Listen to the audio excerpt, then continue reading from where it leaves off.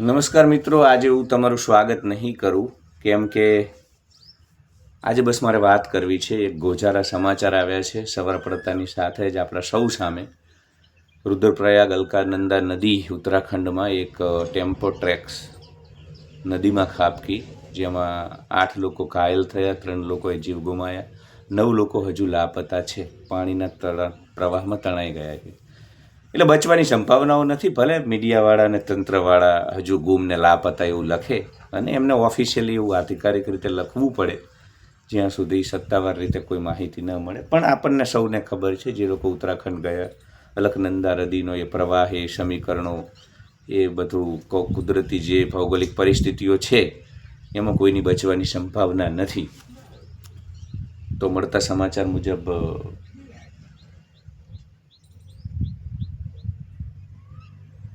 સમાચાર મુજબ નદી પાસે ટેમ્પો ટ્રેક્સને એક ટ્રક સાથે અથડામણ થઈ અને ત્યારબાદ નદીમાં આખી ટેમ્પો ટ્રેક્સ ખાબકી. ઉત્તરાખંડને લઈ હું પોતે 3-4 વર્ષ સુધી ચારધામની યાત્રાનું મેં ખુદ આયોજન કર્યું, લોકોને લઈ ગયો અને ત્યારબાદ શા માટે બંધ કરી દીધું એ કેટલીક વાતો હું તમારી સાથે. એટલી હદે ત્યાં કીડા મકોડાઓ, ભારત 150 કરોડનો દેશ છે અને એટલી હદે ત્યાં વસ્તી આવે છે મિત્રો કે તમે કંટ્રોલ જ ન કરી શકો, તંત્ર કશું, એટલી ભીડભાડ. એટલે ગમે તેટલી વ્યવસ્થાઓ કરવામાં આવે, સરકાર ગમે તેટલું કરે, એ પહાડો, એ સાંકડી જગ્યાઓ, એ લિમિટેડ સ્પેસમાં બધું થઈ શકે એમ જ.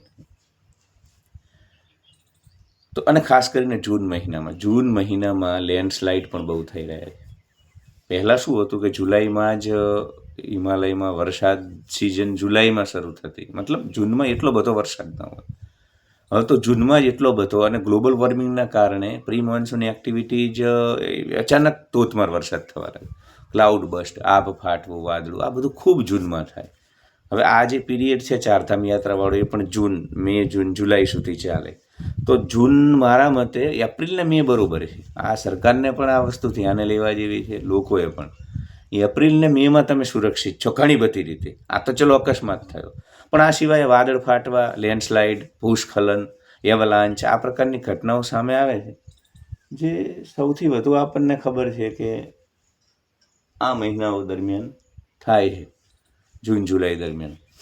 તો જૂન જુલાઈ દરમિયાન યાત્રાઓ બંધ કરવી જોઈએ. એપ્રિલ અને મે દરમિયાન બરાબર છે. બીજું ત્યાં એટલી હદે, હું તો કહું છું ઓક્ટોબર બાદ કરવી જોઈએ કે આ ચારધામ યાત્રા ઉત્તરાખંડમાં. કેમ કે મે જૂનમાં એટલી હદે વસ્તી, ત્યાં કોઈ ઉપર, હું જોઉં કેદારનાથ મંદિર પાસે લોકો બિચારા જરૂરિયાતમંદ લોકો માંડ ત્યાં પહોંચ્યા હોય, ઠંડીમાં ઠૂઠવાતા હોય છે. શિવના દર્શન કરવાના ચક્કરમાં એમની ભીતર બેઠેલો શિવ જે છે એ ક્યાંક ને ક્યાંક દુઃખી થતો હોય છે. અને એટલી બધી ગંદકી, લોકો લૂંટ પણ એટલી ચલાવે છે. સોનપ્રયાગમાં, રુદ્રપ્રયાગમાં, ઉત્તરકાશીમાં, ગુપ્તકાશીમાં બધે જ લોકો મોકાપરસ્ત બની અને એટલે આ બધો માહોલ ઠીક નથી. This is not a professional way to handle your pilgrimage. તમારી તીર્થયાત્રાઓ, ધાર્મિક આયોજનો કરવાની આ કોઈ રીત નથી. એટલે જૂન મહિનામાં ખાસ કરીને ટાળવું જોઈએ, કેમ કે એ માહોલમાં ખૂબ બધા અકસ્માતો, અને લોકોને ખબર નથી, અહીંથી ઘેટા બકરાની જેમ, કીડા મકોડાની જેમ દર જૂન મહિનામાં જતા રહે. ઘોડાવાળાઓ અને એટલી બધી લોકો, સાહેબ, ઘોડા ઉપર બેસીને પણ શરીર એમનું એટલી હદે દુખી જાય, એટલી હદે ટોર્ચર. આ ટોર્ચર જ છે. કેદારનાથ યાત્રા તમે જોજો, જે લોકો જતા હોય છે એમના ચહેરાઓ જોજો, ટોર્ચર જ ફીલ કરે છે, કોઈ આનંદ ફીલ કરી શકતા નથી. તો મારા મતે એપ્રિલ મે બરાબર છે, ઓક્ટોબર પછીનો કાળ બરાબર છે. બાકી આ યાત્રાઓ નિશ્ચિતપણે ટાળવી જોઈએ. તો આજે મેં કહ્યું ને કે મેં તમારું સ્વાગત ન કર્યું. ગોઝારા સમાચાર છે.